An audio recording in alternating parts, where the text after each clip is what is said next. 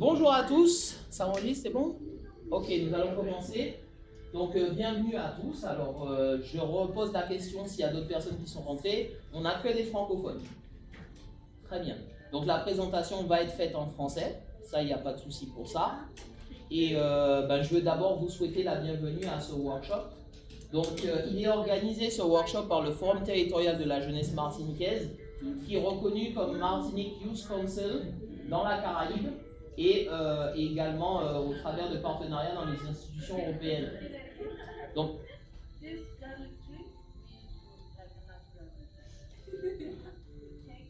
pourquoi il y a de la musique? Ouais, bon, ça met une ambiance, Si ça dérange, moi ça me dérange pas.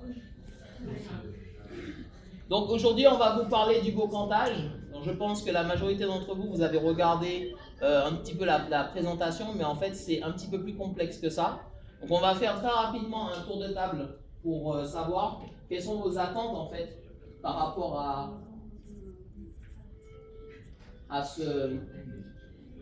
cet atelier. Et en fait, qu'est-ce que vous comptez en retirer? Et on y reviendra en fin de présentation avec l'ensemble de vos questions. Voilà. On va commencer par mademoiselle. Oui. Et je n'ai pas compris exactement. Do you rather in English? I understand French, but I don't. Alors, on va commencer par les attentes. Donc, les attentes, c'est vous êtes inscrit à cet atelier. Actually, no. Never mind, that's fine. Vous participez à cet atelier, mais qu'est-ce que vous avez des attentes par rapport à cet atelier? Vous n'êtes pas obligé d'en avoir en fait. Est-ce que vous vous attendez à avoir des informations qu'on pourrait vous apporter? On reviendra dessus à la fin. Maybe can I talk English? That's fine. I expect to learn more about how to get involved in Europe. So learn more about my European citizenship. Ok. Ok, oui. Hi. Hi. I also agree. English. That's fine. I'm George. Uh-huh. And about what do you want to learn? What you want to learn or what you're expecting? About more about other cultures, get to know, Cultures? adaptability, adapt to other.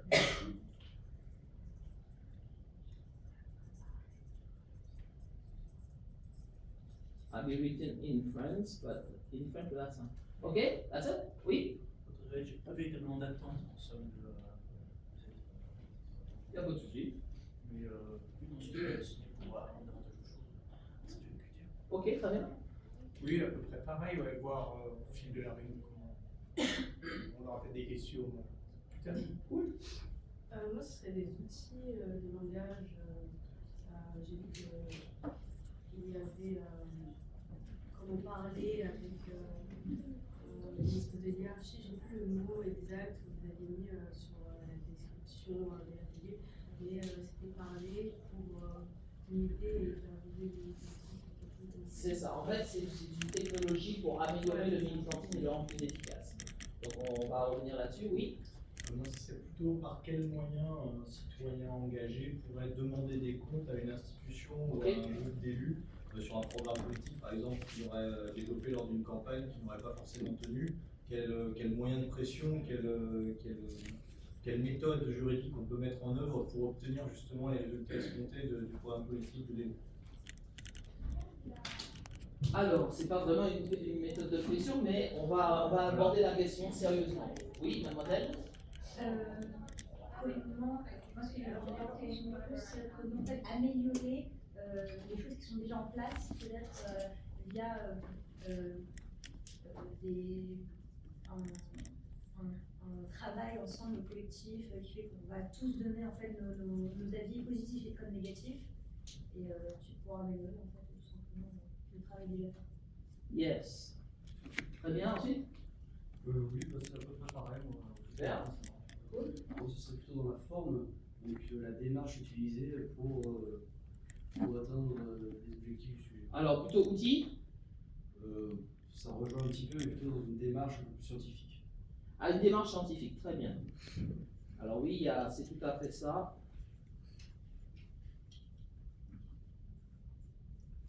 Laurent, si tu Là. permets, vous entendez tous là? C'est bon? Laurent, comme les autres participants? Ok, si jamais utilisez le micro, d'accord? Voilà. Ok, la personne suivante.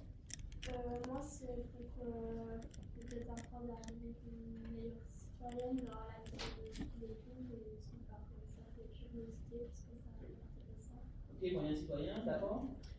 Personnellement, j'ai choisi cette activité pour les outils de langage, Ouais. et aussi pour en apprendre davantage sur la politique en Martinique. Et le parti de la France, donc on n'aura pas énormément. C'est peu de le dire. Ok. Moi aussi, c'est surtout pour savoir plus sur les outils d'action militante, mais aussi les exemples, l'expérience concrète que l'outil ont fonctionné dans quel contexte. Super. Je suis responsable de la De la salle. Vous pouvez avoir des attentes aussi, hein, c'est cool. Hein. C'est vrai que ça m'intéressait. Le thème est intéressant. Super, intérêt. Moi, je suis venue pour m'acculturer parce que j'ai déjà, au sein de l'engagement associatif et politique, j'ai déjà des outils de langage, des outils un peu plus numériques, des labels ou des baromètres que nous on a développés. Je veux voir un peu ce que vous avez de votre côté. Pour Vous croiser venez les nous bonnes espionner. expériences. Non, je suis là pour m'acculturer. D'accord, ok, c'est cool. Moi, je suis aux jeunes européens. Ah, aux je suis jeunes jeune européens. européen en France et je suis aussi à Paris. Mais t'es aussi assis Non, sans ton père d'information. Ok. Ouais. Moi, c'est aussi pour les outils. Outils. Et moi. Moi, c'est pour améliorer mon engagement militant. Et pour voir aussi la politique, comment ça se passe ailleurs qu'en France métropolitaine, parce qu'à part ça, et les grands pays du monde comme les États-Unis, etc., souvent on ne sait pas trop comment ça se passe exactement ailleurs. C'est déjà vache. Moi, c'est surtout pour voir comment on fait en tant que jeune pour s'impliquer dans les méthodes et s'assumer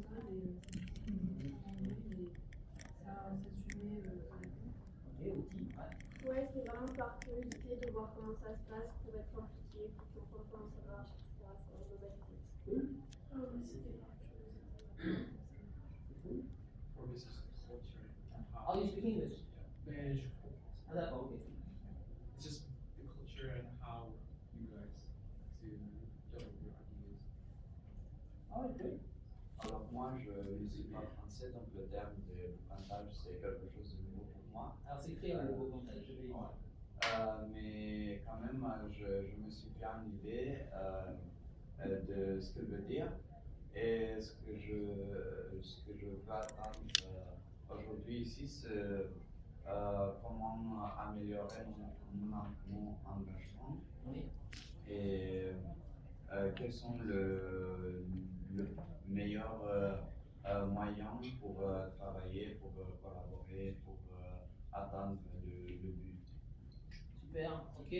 Donc outils, oui. Oui, bah alors ce genre de pratique, c'est aussi des questions d'outils, parce que je ne connais pas du tout. Super, ok. Moi, le beau contexte, ça m'évoque le partage, la communication. Du coup, moi, ce que j'attends vraiment, c'est un échange. Ouais. Et ensuite, sur une politique, sur tout ce qui porte sur l'engagement aussi au sein des Outre-mer. Ouais. Alors la définition, c'est pas ça, mais c'est pas grave, on va y venir.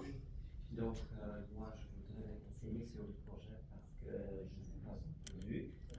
Et peut-être si ça fonctionne aussi, parce que vous avez dit des outils, est-ce que ça pourrait fonctionner aussi dans un autre contexte? Oui, c'est justement, c'est le point central. Quel pays?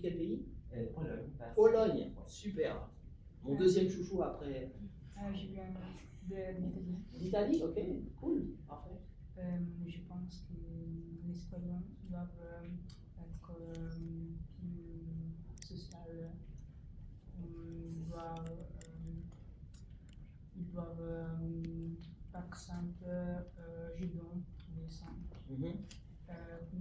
Donc, ils doivent être plus. Ils doivent entrer plus dans les mentalités sociales. D'accord. Donc tu es OK pour le français? Comme je parle en français, c'est bon? Je parle français, j'avais les baccalauréats en Italie. C'est bien. Mais les baccalauréats et l'examen italien. Ok, cool. Parfait. Alors, pour ceux qui ne sont pas francophones natifs, vous n'hésitez pas surtout à m'interrompre parce que je vais utiliser des termes techniques, notamment en termes d'analyse quantitative et qualitative. On est quand même en démarche scientifique, ça c'est clair. Donc vous n'hésitez surtout pas à m'interrompre si vous y a un truc que vous ratez, parce que c'est high level. Ok. Globalement, je retiens principalement outils de langage et moyens citoyens. Voilà. Et dans l'ensemble, on est globalement sur ces questions-là. Faire ou aller. Alors moi j'utilise du papier, hein, je suis contre l'environnement. Alors.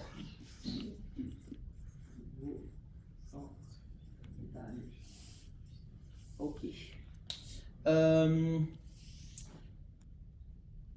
Alors quelques définitions d'abord pour un petit peu que vous compreniez de quoi il s'agit. Donc bocantage, c'est un terme créole qui signifie brainstorming. D'accord? Donc en fait, c'est un héritage de notre culture, vous savez, afro, française, indienne, chinoise, nous sommes un melting pot. On va se focaliser essentiellement sur la Martinique. Et en fait, c'est un terme qui désigne la cérémonie que l'on fait en général quand on est sous un arbre à palabres. Donc ça vient essentiellement de notre héritage africain. Et en fait, ça veut dire réunion un petit peu. Et à la différence que nous, on a traditionnellement un bâton de parole qui circule entre chaque personne pour que chacun qui ait la parole puisse l'utiliser pleinement. Et en général, c'est fait pour que la population fasse remonter les problèmes qu'ils ont aux autorités ou aux chefs. Voilà. Le terme est resté dans l'usage très courant sous le terme de brainstorm, mais en fait, c'est de là que ça vient, exactement. Ok? Donc ça, il faut que vous le sachiez. Le modèle qu'on va vous présenter, c'est essentiellement la Martinique. Mais Nat, slide suivante, s'il te plaît. Quelques informations sur moi. Donc, je m'appelle Laurent Cypriat, je suis le président du Forum territorial de la jeunesse martiniquaise, reconnu comme Martinique Territorial Youth Council. Donc, je suis juriste, expert immobilier, président d'association, organisateur du TEDx de Fort-de-France et donc stratège dans le développement, non pas dans le militaire, mais essentiellement dans le développement de stratégies. Là encore, je répète, s'il y a quelqu'un qui n'a pas compris quelque chose, il ne faut pas hésiter à m'interrompre. Voilà, et j'ai le grand honneur d'être le président, enfin le chef de délégation de la première délégation des Outre-mer au Parlement européen pour un événement AI. Alors je sais qu'on est sur la troisième édition. Il y a d'autres délégations qui sont plus territoire par territoire, si je puis dire. Mais en fait, on a surtout la chance aujourd'hui d'avoir dans cette délégation la Martinique, la Guadeloupe, la Guyane et la Réunion. Et donc, c'est ceux qui m'accompagnent et je vous demande de bien pouvoir les applaudir chaleureusement. Parce que, évidemment, ils viennent de loin et ils s'engagent pour qu'on ait au moins un minimum de représentation. On est 6, on est 7, on attend encore quelqu'un. Et ça demande entre 8 et 12 heures de vol, rien que pour venir à Paris, et ensuite tout le reste. Je pense que vous savez ce que ça peut être comme désagrément. Slide suivante, s'il te plaît, Nat. Alors, un député doit nous rejoindre, mais il n'est pas encore arrivé. Donc, c'est Max Orville. Il s'est excusé. Ah, il s'est excusé, il ne pourra pas être là. Donc, député Renaissance, qui est notre sponsor, qui est aussi un ami personnel. C'est pour ça qu'il s'excuse facilement. Et du coup, il devait nous dire un petit mot, mais on va passer par la suite. On va commencer par un petit jeu. Alors, je vais demander à Nathaniel de me rejoindre. Thank you. Et il va vous proposer une petite question. Voilà. Donc, où sommes-nous? Alors, où pensez-vous que, premièrement, la Martinique se trouve sur le planisphère de Dieu? Non, la mer des Caraïbes. Là? Ici?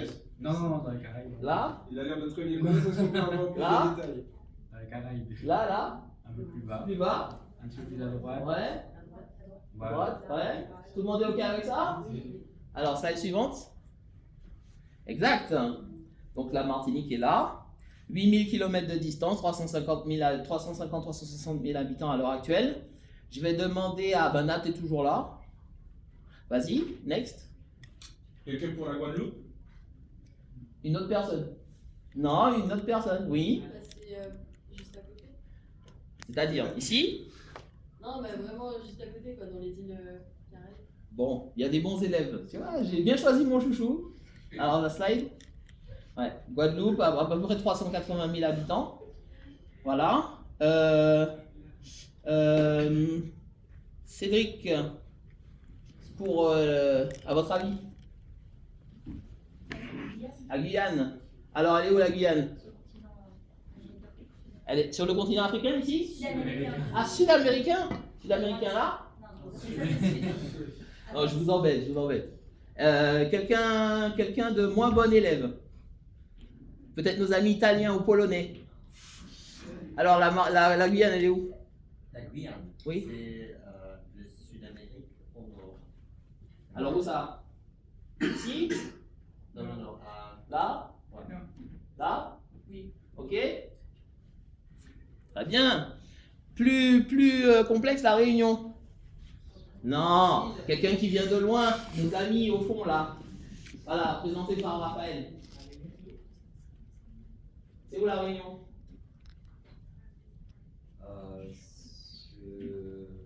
Près de Madagascar. Ouais, où ça, près de Madagascar? À l'est. Ouais. Sud-est, je pense. Plutôt là? Plutôt là? Je pense. Plutôt par là ou par là? Plutôt là ou là?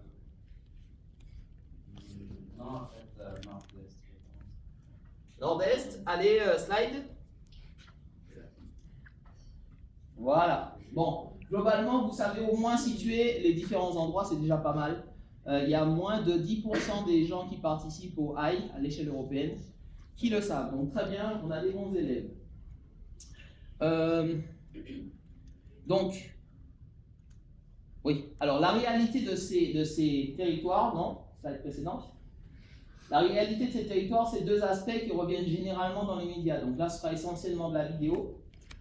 Vous avez une destination, des destinations qui, en fait, malgré leur disparité culturelle énorme et peu considérée en général, sont représentées ou simplifiées à deux niveaux. Premier niveau, destination touristique, plage, tourisme, farniente, voilà. Et deuxième niveau, dans lequel on ne fait pas forcément le lien, c'est celui de la violence, celui de la criminalité, celui des trafics en tout genre. Je vois que nos amis sont au courant. Et des problématiques sociales qui y sont liées en fait. Et on va vous présenter les deux en même temps et le résultat de notre réflexion par rapport à ça en tant qu'originaire de ces territoires-là. Donc ce sera essentiellement de la vidéo. On peut arrêter les vidéos et les reprendre si jamais il y a des questions qui émergent entre-temps. J'ai voulu sélectionner des vidéos en anglais, je ne savais pas qu'on avait que des francophones, mais si vous avez des questions, vous n'hésitez pas. Slide. Non.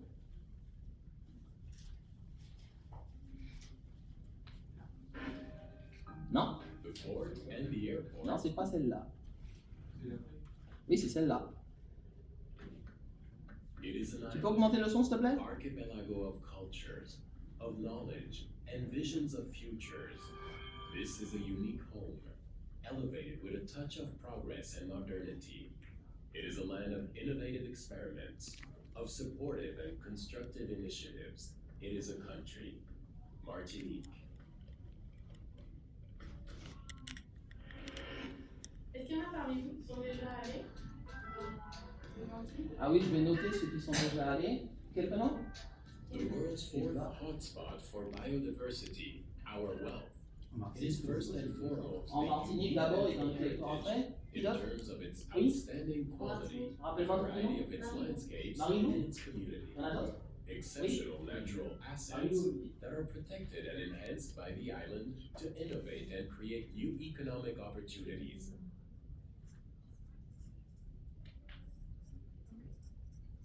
Sur les images que vous avez vues, vous avez des questions, vous avez déjà... Vous êtes déjà... Alors ceux qui y sont déjà allés, qu'est-ce que vous en retenez globalement de si vous avez été longtemps? On a que 3, donc vous pouvez parler un petit peu de votre expérience. En commençant par Kenza. Moi, c'était pour des vacances. Ouais. Il fait bon vivre. Combien de temps? 2 semaines. Pas suffisant. Marie? Ça sera pas suffisant non plus. 2 semaines aussi? Ouais. Ben, allez, qu'est-ce que vous en retenez? Il fait bon vivre, il fait super beau, c'est très agréable de passer des vacances là-bas, surtout quand il fait moche en France. Ouais. Mais l'île en été, c'est super aussi. Marie-Lou? Il y a, j'ai bien aimé, je crois que c'est la bande de diamants. Le rocher du diamant. Le rocher du diamant, ouais. Ouais, bien sûr. Et mais moi, j'y suis allée à un moment où il faisait pas très très beau là-bas, il y avait des inondations. C'était en Ouais. 2018. Ok. Des grosses inondations. À 2018, année chaude. Ok. Ouais. Et c'était en avril, je crois. Ouais. Et à part ça, c'est une très très belle île et il y a beaucoup de choses à découvrir avec plusieurs plages mythiques, etc. Donc, Tout à c'est fait. une belle expérience. Cool. Et Olivier?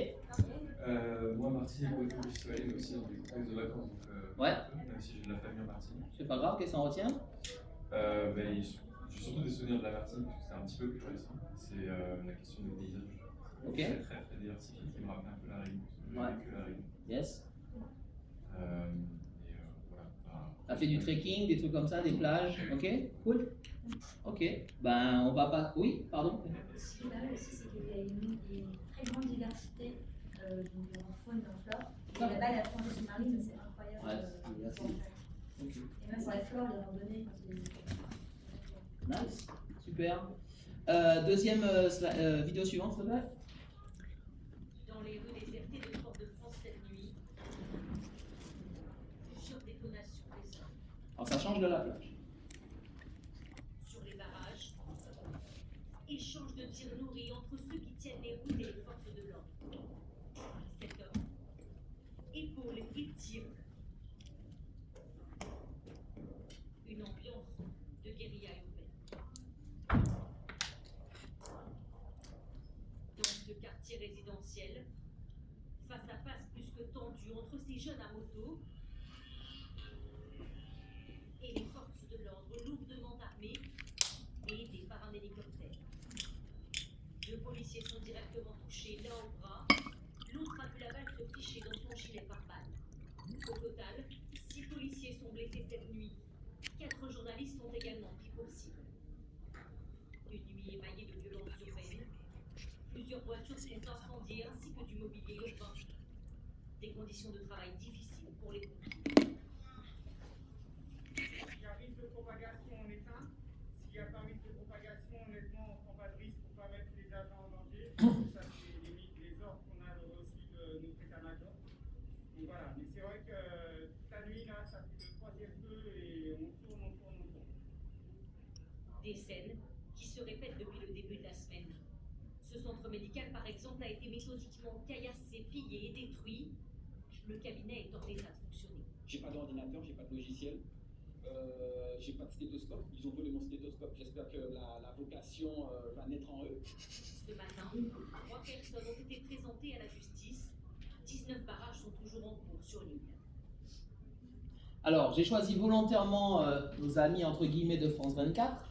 Pourquoi? Parce que c'est beaucoup moins sensationnaliste que BFM et les autres, mais c'est quand même suffisamment éloquent. C'est-à-dire que il y a une dichotomie à retenir, en tout cas deux postures et deux réalités qui s'affrontent en fait quelque part sur à la fois le terrain des revendications et ce qui n'enlève rien, comme ont témoigné ceux qui ont vécu, à la beauté des paysages. Next please. Non, c'est pas celle-là.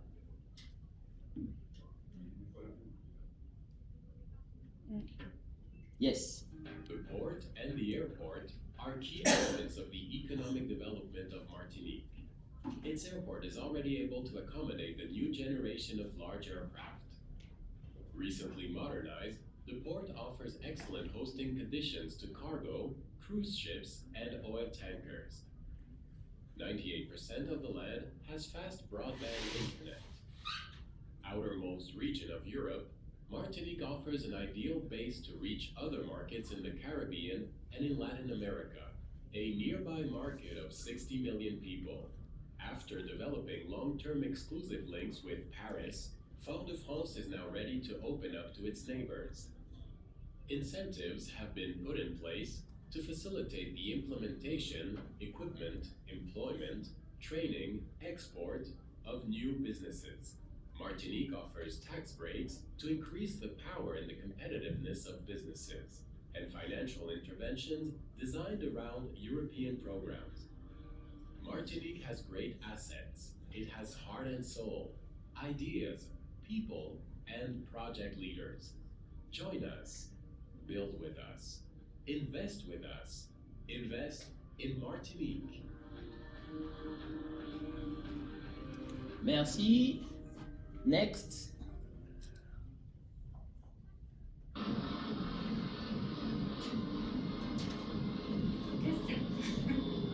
S'il y a des questions, vous n'hésitez pas. Hein. Alors, comme ceux qui ont été le savent, il n'y a pas d'autoroute en Martinique, mais on a quand même quelques grandes routes. Et quand vous avez 30 000 personnes dessus, ça bloque quand même pas mal. Voilà. Donc, je pense qu'ils ont compris le message. Bah, tu peux remettre si tu veux. Hein. C'est moi qui devais présenter, mais c'est Débo qui vous pose des questions. C'est cool. Donc ça, c'est une manifestation du carnaval.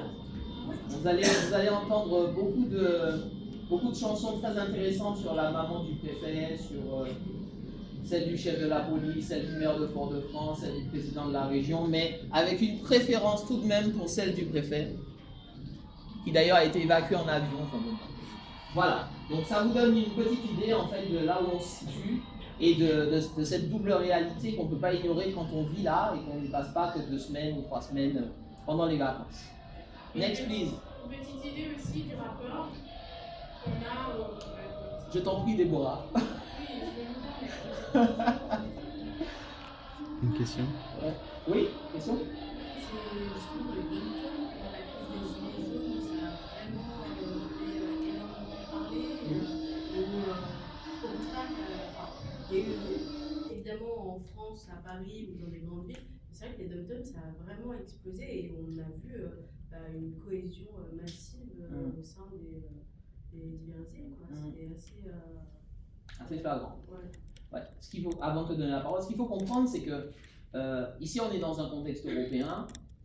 Franchement, c'est confort parce que quand on a des problèmes d'approvisionnement en énergie, en nourriture ou en questions diverses, qu'est-ce qu'on fait? On va en Italie, on va en Espagne, on va en Allemagne, on va en Belgique, on va au Luxembourg, on va à Monaco.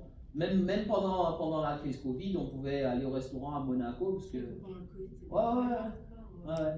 Et donc, sur ces territoires-là, et c'est pareil pour la Martinique, la Guadeloupe, la Guyane, c'est peut-être un autre sujet, mais en fait, c'est toujours les mêmes choses en fait. Et les problèmes, au lieu de pouvoir avoir des solutions, des ersatz à ces problèmes que l'Europe représente, en fait, on ne peut pas aller ailleurs. Parce que les voisins sont des pays indépendants qui n'ont pas du tout les mêmes pratiques, avec lesquelles on n'a pratiquement pas d'échanges.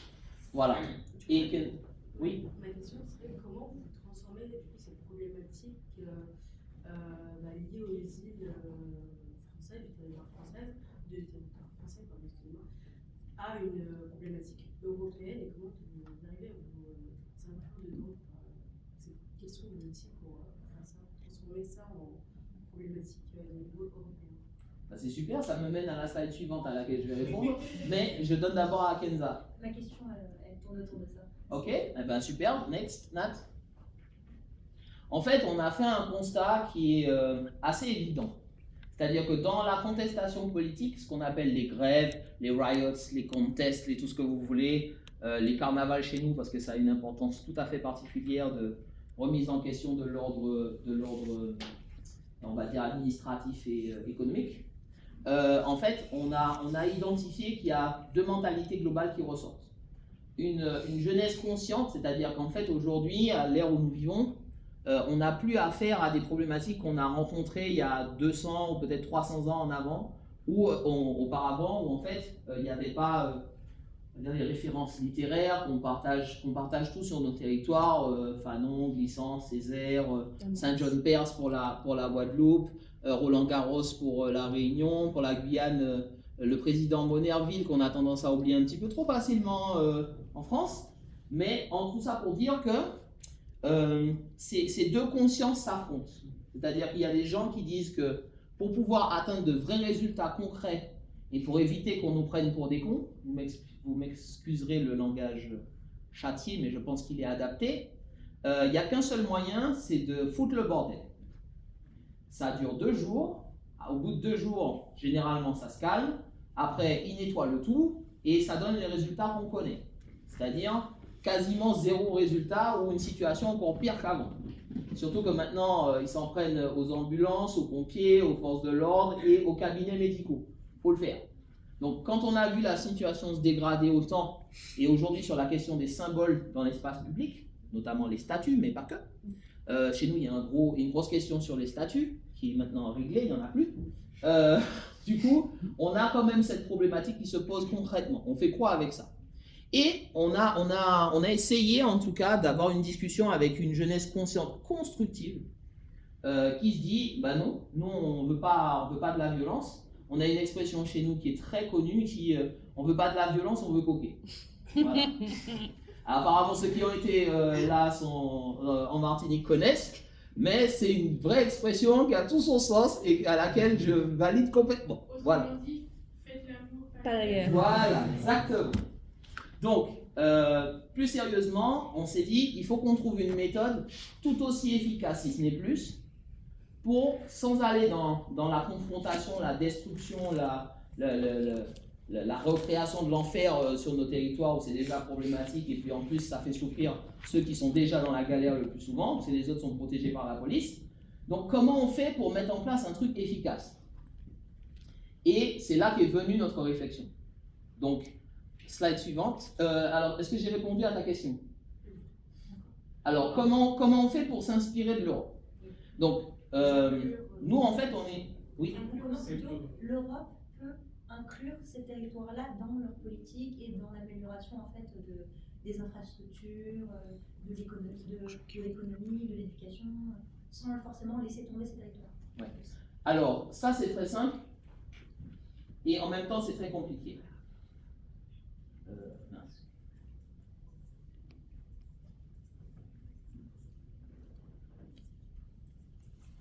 Donc, essentiellement, il y a 2 points qu'il faut savoir. Donc, nous sommes des territoires français, ça c'est sûr. Donc, nous respectons la réglementation française et la réglementation européenne et nous sommes assujettis aux mêmes règles en ce qui concerne les questions de fonds européens, les questions de développement de manière générale, les questions de développement de projets. C'est précisément là que ça coince. En fait, ça coinçait déjà dès le début. Article 239 de la Constitution européenne, il y a un article qui prévoit des discriminations positives pour les territoires qui ne sont pas dans la même situation économique ou dans la même situation géographique ou dans la même situation, on va dire, topographique, si je puis dire, que les territoires européens. Donc ça, c'est prévu. Sauf que dans les faits, la plupart du temps, les réglementations en termes de projets FEDER, FSE, je pense que vous êtes très à même de ces sigles-là, ou encore les grands projets pan-européens, sur lesquels il y a des financements qu'on qualifie de racines, entre guillemets. En fait, ces éléments-là, on n'y a jamais accès. Vous avez 2 types de fonds pour les projets. Vous avez les fonds régionaux, et vous avez les fonds européens transnationaux, globalement. Ce qu'il faut comprendre, c'est que, en fait, ces fonds-là, qui sont les plus importants, on n'y a quasiment jamais accès. Parce que pour pouvoir y avoir accès, il faut qu'on fasse remonter le projet en France, que la France trouve un partenaire italien, espagnol, polonais ou encore d'autres partenaires. Il n'y a plus les Anglais maintenant. Nous, on est entouré exclusivement d'îles anglaises, ou en tout cas de membres du Commonwealth. Donc, on n'a que les fonds régionaux. Et sur les fonds régionaux, ben, en fait, on en utilise autant que l'on peut en fonction des projets qu'on a. Mais d'année en année, étant donné qu'il y a très peu de population, il n'y a que 350 000 habitants en Martinique, ben, il y a des années où on a beaucoup de projets avec beaucoup de demandes et on a besoin de beaucoup de fonds. Et il y a des années où on a peu de projets, on a peu besoin de fonds. Donc quand l'Union européenne rappelle des fonds, en fait, eux, ils sont toujours dans la même démarche. C'est-à-dire que vous avez des fonds que vous n'avez pas demandé, on vous en enlève. Vous avez des fonds que vous n'avez pas demandé, on vous en enlève. Vous avez des fonds que vous n'avez pas demandé, on vous en enlève. Et quand vous en avez besoin ici, il n'y a pas de fonds. Voilà. Alors, pour la Corse, par exemple, ou la Sardaigne, c'est pas quelque chose qui est appliqué parce qu'en fait, ils sont directement connectés par rapport à leur histoire, mais nous, on est beaucoup plus loin. Voilà, donc c'est une problématique qui est connue, qui se reproduit régulièrement, mais pour laquelle l'article 239 de la Constitution ne s'applique pas forcément. Donc, est-ce que j'ai répondu à la question? Et du coup, vous n'avez pas de recours? Vous ne pouvez pas débloquer ces fonds-là, les fonds européens, transnationaux? Oui. Vous ne pouvez pas les débloquer en fait. À quel moment ça bloque?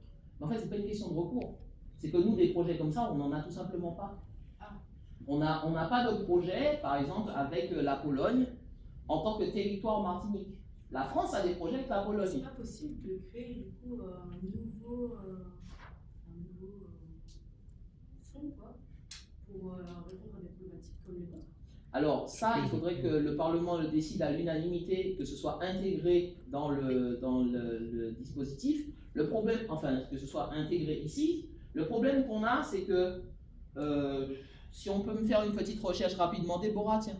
Oui, j'ai une réponse partielle à cette question. Ben, je t'en prie. Effectivement, c'est un lobbying qui est en cours au niveau de l'Europe. C'est pas évident en fait, mais en réunissant toutes les régions ultra-périphériques. Donc il y a les territoires français, mais pas uniquement, beaucoup d'autres et les territoires associés, en gros les anciennes colonies des États européens. On arrive à faire évoluer tout doucement les choses.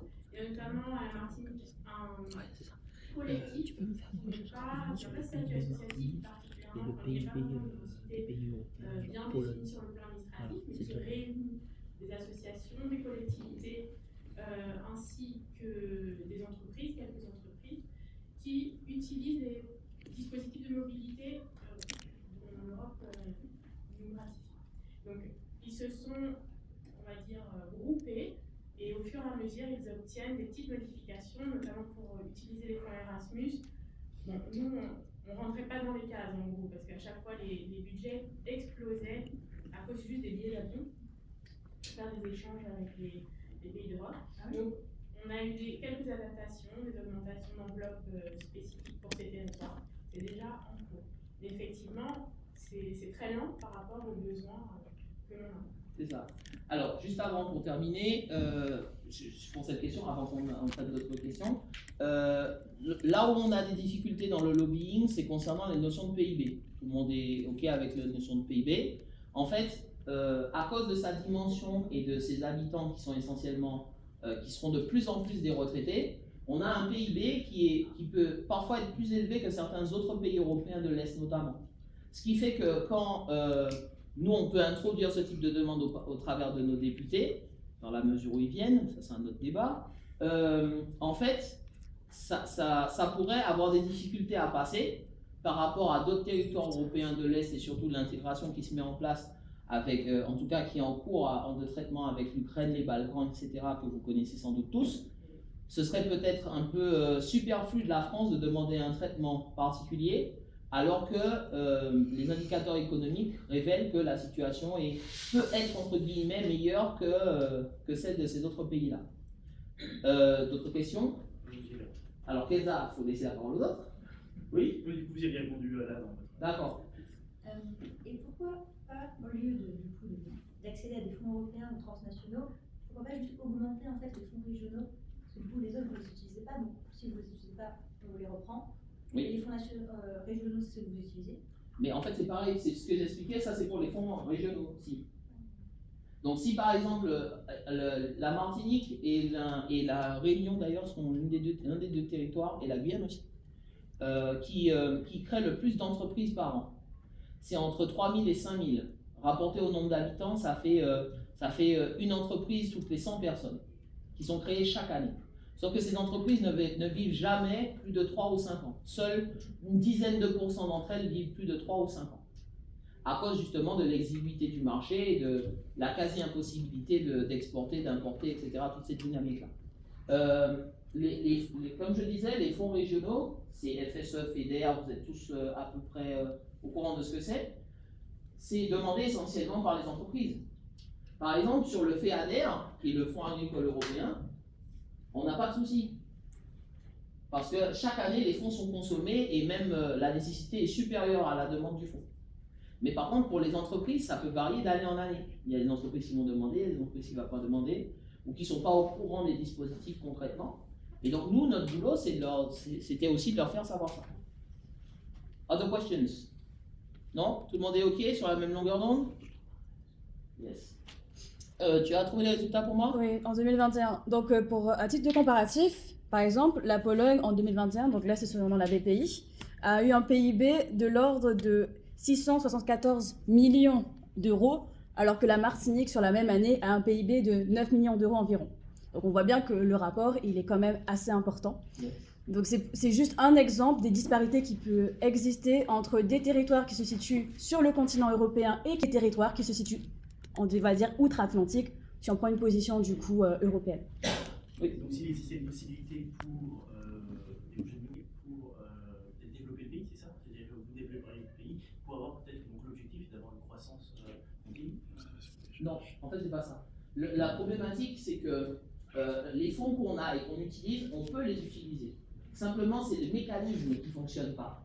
C'est-à-dire que les pays européens sont globalement en croissance. Nous, on est plutôt en alternance de croissance-décroissance. Donc c'est juste à part cette raison-là que ça ne fonctionne pas en réalité. C'est la méthode, c'est pas l'argent.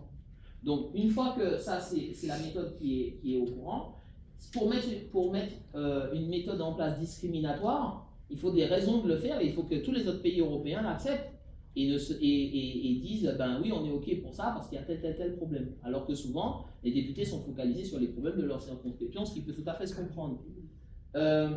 Donc du coup, c'est pas tellement les fonds. Les fonds, ça va. La question, c'est comment on utilise les fonds. C'est ça la différence. Et surtout les débouchés. Aujourd'hui, vous créez une entreprise à Paris, à Nice, à Lyon, ailleurs, ben, vous avez des marchés partout. Tout le monde peut vous contacter. Vous n'avez pas besoin de faire 8000 km en avion, 12 000 km pour nos amis réunionnais, pour envoyer vos produits, qu'ils soient frais ou qu'ils soient non périssables. Le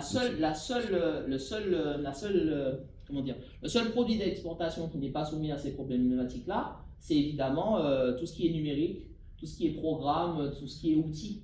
Et ça se développe de plus en plus, mais ça ne représente pas encore une part suffisamment importante du marché de production de ces îles-là pour que la question même du transport ne devienne plus un problème. Déborah. Oui, juste pour ajouter un petit mot sur le commun, donc ça s'appelle comme ça le collectif.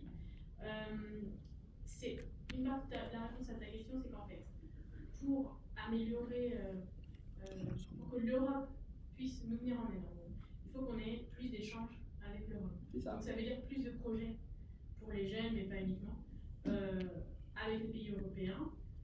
Et pour ça, qu'on puisse le faire sans avoir à passer par les alliés. Ouais, par un relais. Par les alliés. Alors, juste pour indiquer que ça fait 45 minutes pour l'instant. Oui. Voilà. Non, c'est justement pour rebondir sur ce que Déborah a dit. Donc les interventions sont très très intéressantes. Malheureusement, il faut qu'on se rebifurque sur le sujet principal. Yes. Donc on va garder les questions pour la fin. Il n'y a pas de souci, hein. Notez-les quelque part, on reviendra dessus. L'important, c'est qu'on puisse justement terminer et présenter notre méthode. C'est pourquoi la plupart d'entre vous sont venus. D'accord ? Voilà. Donc, next, please. Alors, attends avant de lancer la vidéo. Donc, qu'est-ce que nous on a fait, enfin ce que j'ai fait en tant que président d'association, je me suis rendu en Jamaïque à l'occasion d'un sommet de la jeunesse caribéenne et j'ai rencontré donc le docteur Terry Ann Gilbert qui est docteur à l'université des West Indies et qui a eu des fonctions notamment dans le CARICOM, donc on va dire l'Union européenne de la Caraïbe, et qui nous a présenté un projet qui faisait partie du NIA, c'est le National Integrity Association, donc qui est relié à Transparency International, que peut-être la majorité d'entre vous devez déjà connaître. D'accord ? On l'écoute, elle nous a fait un joli message.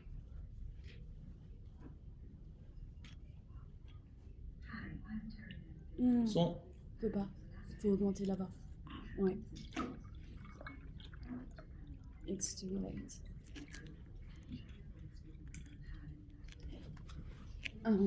Est-ce que tu peux dire ce qu'elle dit ? Non, mais vas-y, demande s'ils peuvent augmenter.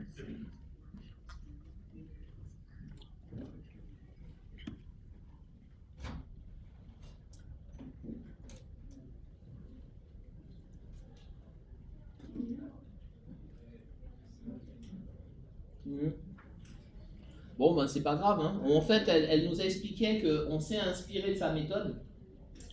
Et la méthode, c'est quoi? Alors, je crois que c'est next slide, Nat. Ben, je vais en venir à la méthode. Donc, voilà la constatation qu'on a faite. Nous sommes... donc, c'est un projet qui a commencé donc, en 2016 quand je suis revenu de la Jamaïque. De quoi il s'agit? Moi, je suis originaire d'une petite commune qui s'appelle les Trois-Îlets, qui est connue pour ses plages. Je pense que certains d'entre vous y sont passés. Et en fait, c'est une toute petite commune de 3000 habitants, extrêmement touristique, peu industrialisée de manière générale et plutôt agricole. D'accord? Moi, dans mes fonctions, dans mes travaux, j'ai été notamment responsable de la coopération internationale au conseil régional. J'ai eu d'autres fonctions plus ou moins connectées politiquement et administrativement. Je me considère comme quelqu'un d'assez bien informé et d'assez bien connecté avec le personnel politique. Pour autant, quand j'arrive à la mairie des Trois-Îlets, par exemple, et que je veux savoir, bon, c'est quoi les budgets qui ont été votés, c'est quoi les délibérations qui ont été faites, comment les choses se sont mises en place, c'est quoi le bilan de fin de mandat, de mi-mandat précédent. On me regarde comme on vous regardera tous, avec de gros yeux, en vous demandant c'est quoi votre problème, qu'est-ce que vous faites là et pour qui vous travaillez. Voilà. Et en fait, si vous faites ça dans la commune d'à côté, on ne va même pas vous recevoir en vous disant bah, vous n'êtes pas de votre commune, vous n'avez qu'à demander à votre maire. Voilà. Enfin, peut-être qu'on ne vous le dira pas à vous, mais on nous le dit à nous. Donc du coup, on s'est dit voilà. Les Jamaïcains, qu'est-ce qu'ils ont fait? Ils ont eu énormément de problèmes à Kingston, entre, on va dire, ils ont commencé à se préoccuper du problème depuis à peu près 97, jusqu'à avoir des résultats en 2015 qu'ils ont présentés, et ils se sont dit voilà, la corruption, les trafics et la violence, les assassinats en pleine rue se sont déroulés, étaient on va dire, d'habitude quotidienne. Donc les politiciens qui étaient élus sur cette région-là, ainsi que toutes les entreprises qui y travaillaient, étaient sous forme de mafia, entre guillemets, et évidemment ne se préoccupaient pas du tout des questions jeunesse. Donc qu'est-ce qu'ils ont mis en place avec ceux qui n'étaient pas concernés par ça et qui étaient plus embêtés par ces questions-là? Ils leur ont dit, voilà, on se rassemble, on va déterminer une charte en 10 points, ou en 20 points, et on va leur dire, voilà ce qu'on veut que vous mettiez en place. Si vous le mettez en place, c'est cool. Si vous le mettez en place, en fait, nous, ce qu'on va faire, on va voter pour vous, déjà. On va travailler pour vos entreprises et vous allez nous rendre compte de ce que vous avez effectivement réalisé, on va dire, dans les 5 ans, dans les 10 ans. Mais vous allez le faire de manière à huis clos, c'est-à-dire en réunion comme ça, pas de façon publique. Et nous, on va analyser les choses et au fur et à mesure, on va revenir vers vous avec de nouvelles propositions, on va améliorer le process encore et encore jusqu'à ce que la situation redevienne vivable. C'est ça ce qu'ils ont mis en place et c'est ce qu'ils nous ont proposé. Ben nous, on a repris la même chose parce qu'ils ont eu de très bons résultats. Next slide, Nat. Et on a mis en place le bocantage municipal. En quoi ça consiste? On a créé un label qui s'appelle Candidat de la jeunesse, que vous avez vu sous la vidéo précédente. Et en fait, on a écrit à tous les candidats des élections municipales de 2020, on leur a dit c'est très simple. La jeunesse, de manière générale, a établi un pacte, et c'est un document en 10 points, dont je vais revenir après, qui prévoit l'obligation de rendre compte à mi-mandat et en fin de mandat des activités. Mais, à la différence des Jamaïcains, de manière publique. Ça veut dire que nous, en tant qu'association, 1, vous ne nous financez pas, 2, on n'est pas spécialement vos potes, mais on n'est pas vos ennemis non plus, mais on se met d'accord de manière volontaire à vous proposer cette méthode. Et on vous laisse faire vos activités, on ne vous impose rien. Nous exigeons simplement que vous mettiez en place une action à minima. Ça veut dire que quand vous engagez par exemple à prendre une action, au moins pendant les 3 premières années du mandat, sur l'environnement, peu importe l'action que vous voulez mettre en place, ça c'est votre choix politique personnel, peu importe ce que vous avez l'intention de faire, nous ce qu'on regarde c'est ce que vous avez fait. Et si vous avez fait, on le dit publiquement. On dit oui, effectivement, ils ont réalisé telle action, ils ont mis en place tel succès, tel truc. C'est OK à notre niveau. C'est pas extraordinaire. On ne recherche pas la perfection absolue, Mais dans notre méthodologie scientifique d'évaluation des politiques publiques, on dit ils ont au moins fait une chose. Ils ont choisi ce qu'ils voulaient faire, nous on leur a demandé de faire quelque chose et ils l'ont fait. Et c'est ça la méthode. Et cette méthode-là, ça nous permet de connecter avec de nombreuses municipalités, puisque tous ceux qui ont signé, donc comment ça fonctionne j'y reviendrai, mais comment ça fonctionne au premier tour, on a 115 candidats pour 34 communes.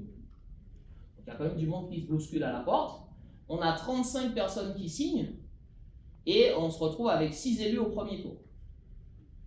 Ensuite, sur le deuxième tour, on obtient 11 élus signataires sur le deuxième tour. Ça veut dire qu'un tiers des communes de la Martinique, à la fin d'un événement qui a peut-être duré 2 semaines, sont en contrat avec nous et s'engagent à rendre compte de leurs activités.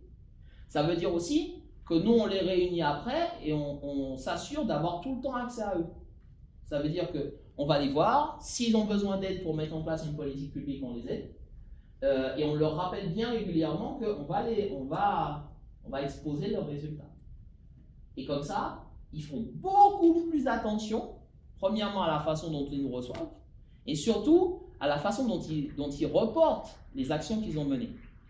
Parce qu'ils ne pourront pas nous dire « Ah, c'est pas nous, on n'avait pas fait », ou alors ça regarde quelqu'un d'autre, ou c'est l'attribution de quelqu'un d'autre. Est-ce que tout le monde a bien suivi un petit peu ça? Comment ça se met en amont? En amont, c'est une question d'abord de stratégie. Donc, on propose une charte adaptée aux enjeux municipaux.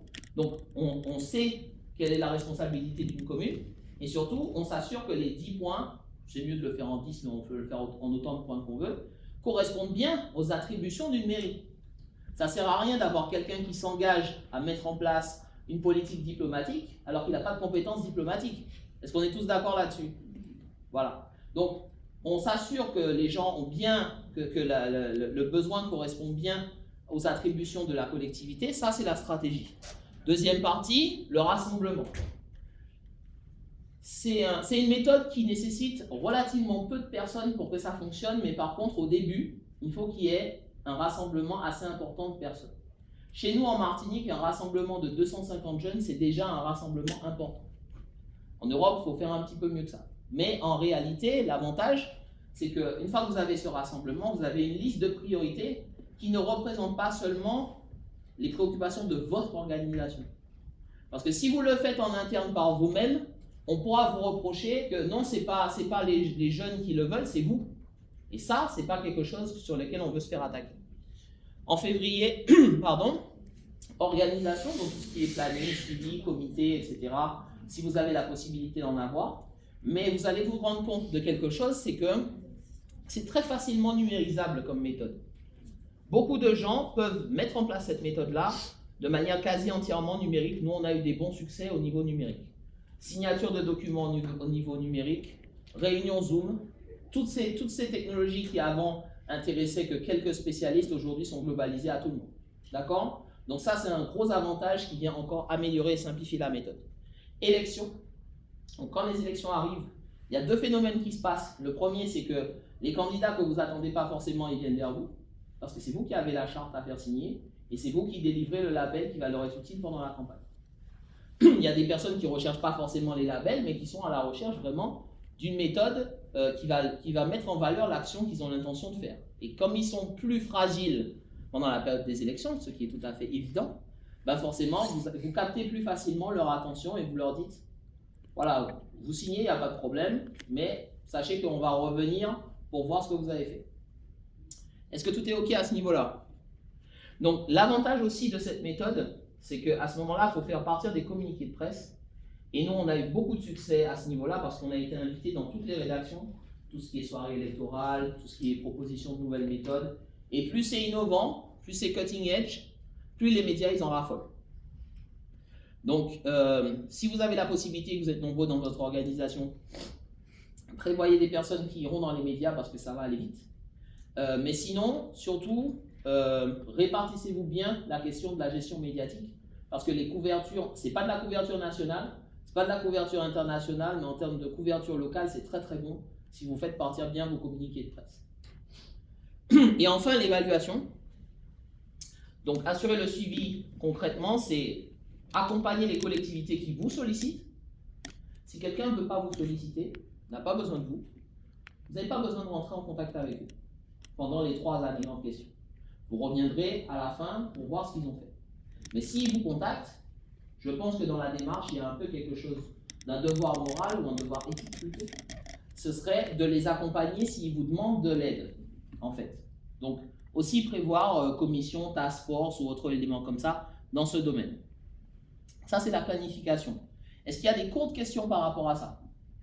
Oui, rapidement. Oui. Je sais pas. Pardon, oui. Du coup, j'avais 2 questions. Oui. Alors, par rapport aux... C'est 2 trop. Je suis désolée. Vas-y. Alors, par rapport aux 10 points, j'aurais bien voir en fait ce que vous avez mis. On va y venir. Et le deuxième, c'est par rapport au bilan fin mandat et mi-mandat. Ouais. Parce que comme je sais que le bilan mi-mandat, donc c'est en cours. Non, on a fini justement. C'est ça qu'on est Voilà, venu vous présenter. je voulais savoir du coup, comment ça s'était passé. Eh ben, on va y venir. Super, génial. Next, Nat. Donc là, je vous présente bien les tenants et les aboutissants, surtout pour les amateurs de méthodes scientifiques. J'espère qu'ils se régalent. Super. Donc, oui. Il se passe quoi si à la fin du mandat, ils ne respectent pas la charte aussi? On les pend en place publique. Non. En fait, c'est une méthode qui renonce définitivement à la notion de pression au sens grève, contestation, action directe qu'on entend. D'accord? Donc, en fait, pour le moment, on est à l'évaluation de mi-mandat qui a donné des résultats franchement inattendus, même de ma part. Donc, du coup, le fait qu'on ne revienne pas vers eux uniquement en fin de mandat, ça leur fait un petit son de cloche s'ils n'ont rien foutu, il n'y a pas d'autre terme, pour qu'ils se bougent un peu pour les 3 années qui viennent. Donc, si effectivement ils n'ont rien fait, la première chose qui se passe, c'est qu'ils ne pourront plus utiliser ce label que l'on leur donne pour les élections. Et nous, on ne les mettra pas en valeur, en fait, mais on ne va pas leur tirer dans les pattes non plus, parce que si un nouveau maire vient à émerger et que lui, il a une approche plus orientation jeunesse, bah lui, il pourra l'avoir. Et son opposition, en fait, l'opposition qui va se mettre en place naturellement saura qu'ils ont un mauvais bilan, ou ils n'ont pas de bilan, ce qui pour nous est pareil, et par conséquent pourra être intéressé davantage et attiré vers nous pour que dans le roulement des choses, au fur et à mesure des années, eh ben, effectivement, il y ait du changement par rapport à cette commune-là. Est-ce que tu vois un petit peu? Très très long terme. Exact, j'y viendrai. Next, please. Alors, la charte, donc, pour ceux qui veulent, vas-y. Donc, en gros, on a fait ultra simple. Si je suis élu maire de ma commune, je m'engage à 1. Améliorer la représentativité des jeunes au sein de la collectivité. 2. Renforcer les implications des jeunes dans le débat public, convoquer à la première année. Je vous laisse lire.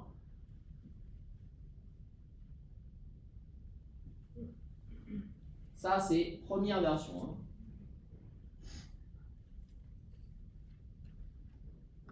C'est bon, next.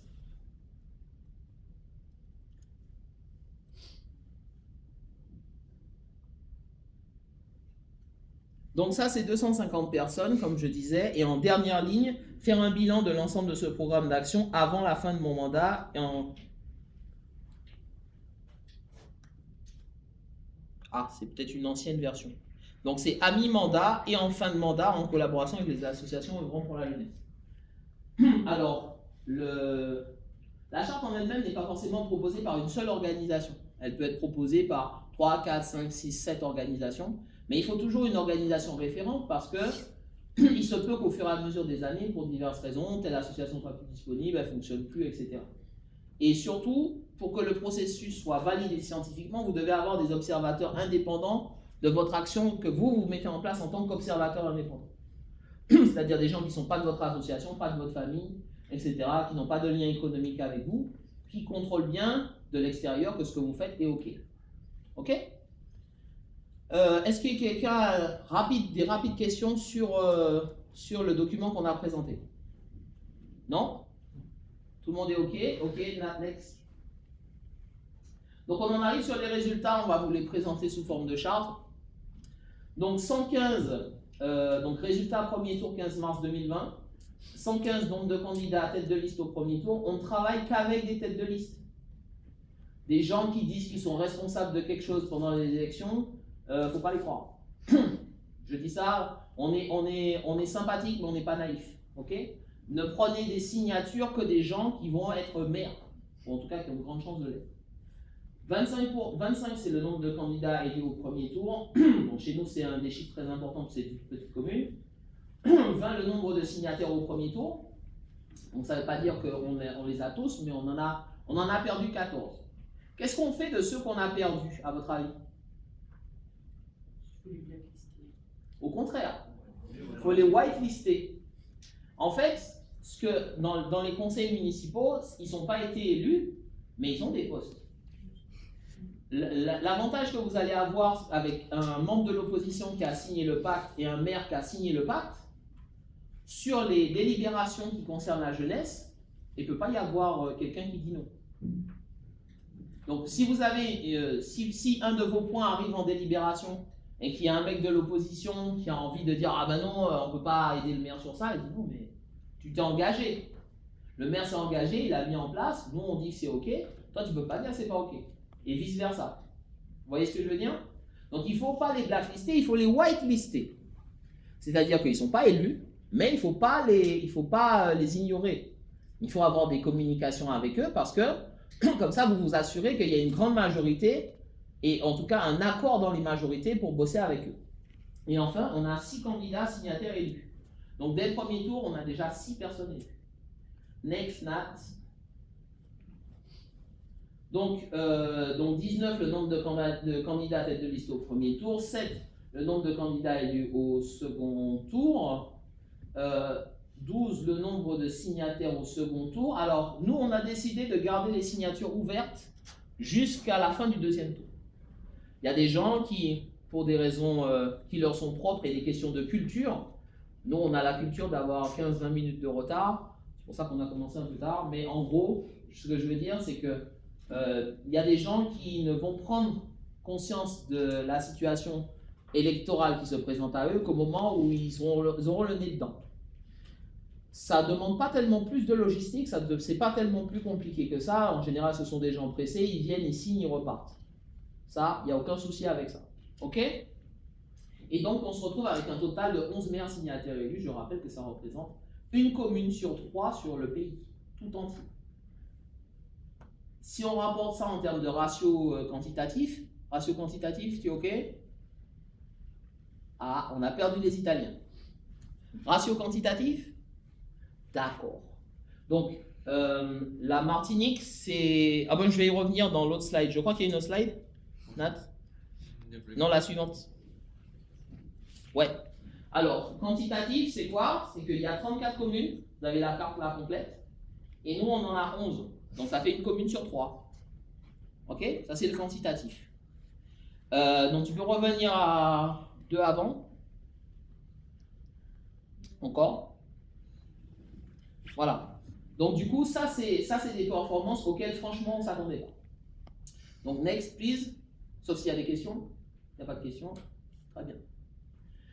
Résultat, donc, voici un peu ce qu'on retient en conclusion. Donc, débrief en analyse. Résultat très satisfaisant. Bonne couverture médiatique. Les refus, qu'est-ce qu'on fait avec les refus? Je rappelle que sur 115 candidats, on n'a que 4 refus. Les refus qu'on a rencontrés sont de nature différente. 1, les personnes qui sont candidats et qui ont peur d'arriver dans une commune qui est déjà en déficit budgétaire. Et donc, ils savent d'entrée de jeu qu'ils n'auront pas l'argent pour faire quoi que ce soit de plus que d'occuper le siège qu'ils ont. Donc, eux, en général, ils rejettent systématiquement la méthode. Il y a des gens qui n'aiment pas votre nom, qui n'aiment pas votre parti, ou qui n'aiment pas là où vous êtes, où vous travaillez, votre oncle, votre tante, votre cousine, classique. Et vous avez aussi des gens qui, en tout cas dans un premier essai, vont vous dire on ne sait pas trop comment vous allez utiliser et appliquer ces résultats. C'est-à-dire que si vous ferez preuve ou non de bienveillance face à nos échecs, ou au contraire de malveillance vis-à-vis de nos réussites. En tout cas de ce que nous on estime être des réussites. Donc en fait par rapport à ça, c'est les personnes qui vont vous dire niet. Il faut être conscient de ça. Mais en réalité ça représente moins de 2% quand on regarde les résultats. 4, dématérialisation et sur place, beaucoup plus de numérique que du sur place. Nous, on a mené cette opération avec 2 personnes et 100 € de bon d'essence. Je dis ça Je dis rien. On dit plus ça depuis 2015, mais je le dis quand même. Et enfin, préparation au second tour, donc ça c'était à la fin. Il y a eu quand même le Covid-19 qui s'est présenté, je crois que tout le monde est au courant, et que par conséquent, ça n'a pas eu de conséquences sur la signature, mais ça a eu des conséquences forcément sur le bilan à mi-mandat qu'on va vous présenter. Next, please. Donc, pour ceux qui connaissent la Martinique, vous remarquerez que les grandes conurbations, Fort-de-France, Lamentin, Chelcher, qui sont les communes les plus peuplées, qui ont plus de 150 000 habitants, les trois, n'ont pas été signataires. Tandis qu'on a eu essentiellement des communes très rurales, donc au nord, là où se situe la montagne pelée, volcan actif, et au sud, dans la partie où il y a les plages, il y a des choses comme ça. Alors, qu'est-ce qu'on a eu comme dans le paysage politique? C'est que dans le sud, on a eu un gros renouvellement avec des maires très jeunes qui venaient d'arriver, en tout cas qui faisaient campagne, et qui n'ont pas hésité à signer parce qu'ils veulent une nouvelle approche et ils veulent marquer cette approche.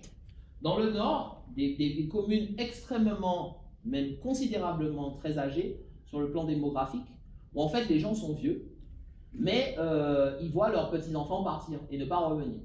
Donc ils veulent montrer, en tout cas ils veulent avoir une association garante qui dit, voilà, c'est une commune de personnes très âgées, mais ils font le taf quand même pour les jeunes. Et ils mettent en place des actions que nous on leur demande. Pas les actions qu'eux ils ont envie de faire, mais ce dont nous on a besoin. Ça c'est un point très important, je vais y revenir. Est-ce qu'il y a des questions là-dessus? La commune la plus développée, Morgane, tu veux me faire une petite recherche s'il te plaît sur Ducos? Donc Ducos, non. Ducos, donc c'est la commune qui est ici, qui est la commune la plus développée de notre panel sur les 11.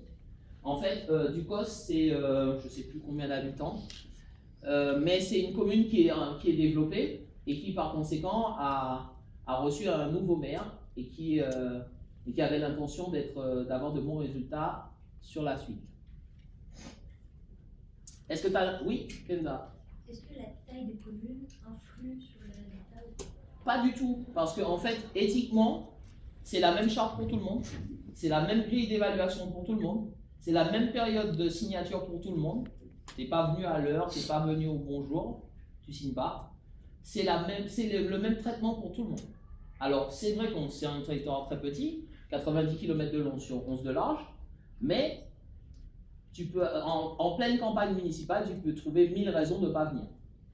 Donc, entre ceux qui vous disent « Ouais, ça m'intéresse, c'est formidable, faites ça », et ceux qui viennent vraiment signer, déjà, vous voyez la différence.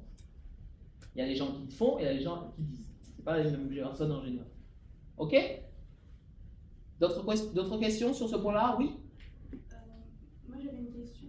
Vous avez présenté les 10 points, donc là, il y a les villes. Est-ce que les grandes villes, parfois, ont plus de moyens pour notamment mettre en place des actions qui répondront à ces chartes? Est-ce que si des petites villes mènent aussi des actions, mais qui ne sont pas du même niveau que celles de grandes villes, est-ce qu'il y a une histoire de nivellement entre les villes ou pas du tout? Non, il n'y a pas de nivellement, il y a une grille d'évaluation qui est la même. C'est-à-dire que pour toutes les municipalités, c'est la même chose. Est-ce qu'il y a un référent? Est-ce qu'il y a une délibération? Est-ce qu'il y a un budget? Ce que vous nous dites que vous avez fait quoi?